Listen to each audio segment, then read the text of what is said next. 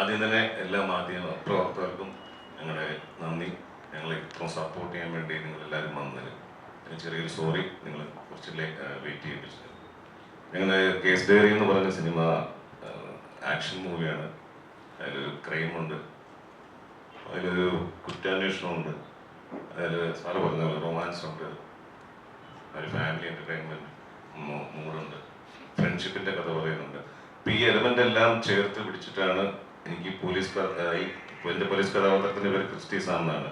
ഈ Christy Sam ഇവരിലൂടെ എല്ലാം സഞ്ചരിച്ച് പോയി ക്ലൈമാക്സിൽ എത്തുന്നതാണ് ആ ഇൻവെസ്റ്റിഗേഷൻ ഫിനിഷ് ചെയ്യുന്നത്. അതാണ് ഇതിൻ്റെ മെയിൻ എലമെൻറ്റ്. കൂടുതലൊന്നും നമുക്ക് സിനിമയെ പറ്റി പറയാൻ പറ്റത്തില്ല, കാരണം സസ്പെൻസ് ഇൻവെസ്റ്റിഗേഷൻ മൂവി ആയതുകൊണ്ട് ക്രൈം ത്രില്ലറല്ലേ. അപ്പോൾ നിങ്ങൾക്കറിയാമല്ലോ, നമുക്ക് തിയേറ്ററിൽ തന്നെ നിങ്ങളെല്ലാവരും 21-ാം തീയതി ഒന്ന് കാണുക, ഞങ്ങളെല്ലാവരും സപ്പോർട്ട് ചെയ്യുക.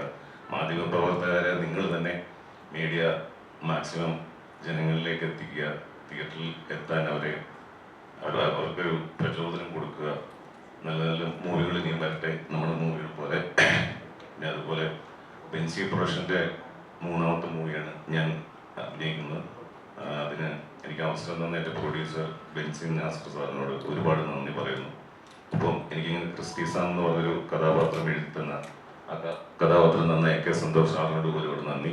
എൻ്റെ ഡയറക്ടർ ദിലീപ് സാർ, അദ്ദേഹത്തിനോട് നന്ദി പറയുന്നു. പിന്നെ P. സുമാർ സാർ എന്നെ ഒരുപാട് ഹെൽപ്പ് ചെയ്തിട്ടുണ്ട് എൻ്റെ ഈ ക്യാരക്ടറിന് വേണ്ടി. പിന്നെ എന്നെ സപ്പോർട്ട് ചെയ്ത് എൻ്റെ കൂടെയുള്ള എല്ലാ ആർട്ടിസ്റ്റുകളും, കിച്ചുട്ടല്ല, സനൽ, അമീർ, നിയാസ്, ഗോകുൽ, അബി, ഞാൻ നായക നിരഞ്ജന, പിന്നെ ഞാൻ എന്തായാലും തൊണ്ടയാണ് സന്തോഷം കൊണ്ടാവും, ഭയങ്കര തൊണ്ടയെ കുറച്ച്. അപ്പോൾ ഒരുപാട് സന്തോഷം. മറ്റന്നാൾ സിനിമ റിലീസാണ്, അതിൻ്റെ ഒരു എക്സൈറ്റ്മെൻറ്റും ടെൻഷനും ഒക്കെ ഉണ്ട്. ഞങ്ങളെല്ലാവരും അതിൻ്റെ ഒരു പുറകെ ഓട്ടത്തിലാണ്, യാത്രയിലാണ്. Thank you. ബാലയുടെ ക്യാരക്ടർ ഡയറക്ടർ ഈ സിനിമയിൽ ബാലയുണ്ട്, റിയാസ് ഖാൻ, പിന്നെ ഏറ്റവും എടുത്തു പറയാനുള്ളത് വിജയരാഘവൻ സാർ, പിന്നെ സാഷ്യ അഗവാർ, അത് ചെന്നൈയിൽ നിന്ന് ഒരു ഹീറോയിൻ നമ്മൾ. പിന്നെയും ചെറിയ ബിജുകുട്ടൻ, അങ്ങനെ നിരവധി ആൾക്കാരുണ്ട് ഇതിൽ. അപ്പം അവർക്ക് ഇവിടെ എത്താൻ പറ്റിയിട്ടില്ലേ പടത്തിൽ. അവൻ്റെ റിയാസ് ഖാൻ. പിന്നെ ഈ സിനിമ ശരിക്കും 2 ഘട്ടങ്ങളായിട്ടുള്ളത് ഞാൻ ഷൂട്ട് ചെയ്തത്. 2 ഘട്ടം എന്ന് വെച്ചിട്ടുണ്ടെങ്കിൽ കുറച്ച് ഷൂട്ട് ചെയ്ത് കഴിഞ്ഞിട്ട് ബ്രേക്ക് ചെയ്തിട്ട് ഒരു കൊല്ലം കഴിഞ്ഞിട്ടാണ് ഈ പടം 2ാമത് ഷൂട്ട് ചെയ്തത്. എന്താ വെച്ചിട്ടുണ്ടെങ്കിൽ ഈ സിനിമയിൽ വെച്ചിട്ടുണ്ടെങ്കിൽ 2 കാലങ്ങളുണ്ട്.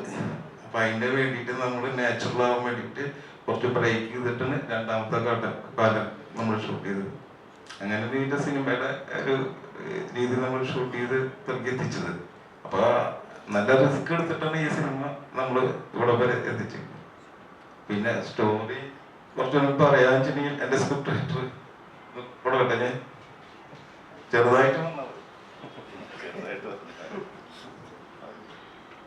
അല്ല, ഇത് ബേസിക്ക് പറഞ്ഞ പോലെ ഞങ്ങൾക്ക് എല്ലാവർക്കും അറിയാലോ, ഇതിൻ്റെ ഒരു എപ്പോഴും സംവിധായകനേക്കാളും എഴുത്തുകാരനേക്കാളും മുന്നേ കീറി ചിന്തിച്ചു ഓടുന്നവരാണ് പ്രേക്ഷകർ. അപ്പം എൻ്റെ ഭാഗത്ത് നിന്ന് എന്തെങ്കിലും ഒരു ആവേശം മൂത്ത് പറഞ്ഞാൽ ചിലപ്പോൾ അത് എന്തായാലും ഒരു ക്രൈം ആൻഡ് പോലീസ്, കള്ളനും പോലീസ് തന്നെയാണ് കഥ. അത് പറയുന്നത് കുറച്ച് വ്യത്യസ്തമായിട്ട് പറഞ്ഞു എന്ന് തോന്നുന്നു. പ്രേക്ഷകരാണ് എൻ്റെ അവസാന വിധി എഴുതേണ്ടത്. എല്ലാ സിനിമയും പോലെ തന്നെയാണ് തുടങ്ങിയത്, പക്ഷേ വ്യത്യാസം സിനിമയിലെ എൻഡ് പ്രോഡക്റ്റിലാണ് എന്നാണ് ഞാൻ വിശ്വസിക്കുന്നത്. കാരണം ഇത് ദിലീപും പിന്നെ ഇതിൻ്റെ സ്റ്റോറി വിവേക് ഷൈൻ എന്ന് പറഞ്ഞിട്ട് ഇൻ്റർവ്യൂലോ വന്നിട്ട് നറേറ്റ് ചെയ്തു. കേട്ടപ്പോൾ എനിക്ക് ഇൻട്രസ്റ്റിംഗ് ആയി തോന്നി. പിന്നെ സന്തോഷമാണ്, AK സന്തോഷമാണ് സ്ക്രീൻ പ്ലേ എന്നിവിടെ കേട്ടപ്പോൾ കൂടുതൽ സന്തോഷമായി. അപ്പോൾ അങ്ങനെയാണ് ഇത് തുടങ്ങിയത്. അപ്പോൾ നിങ്ങളെല്ലാവരും കണ്ട് ആസ്വദിക്കാൻ പറ്റുന്ന ഒരു ഹോൾസം എൻ്റർടൈൻമെൻറ്റ് ഫിലിമാണിത് എന്ന വിശ്വാസത്തോടെയാണ്, ഉറച്ച വിശ്വാസത്തോടെ തന്നെയാണ് ഞാൻ ഇതിലേക്ക് കയറിയതും. അവസാനം അമ്മ തന്നെ വന്നിട്ടുണ്ട്, വന്ന് ഭവിച്ചിട്ടുണ്ടെന്ന് തന്നെയാണ് വിശ്വസിക്കുന്നത്. So enjoy watching.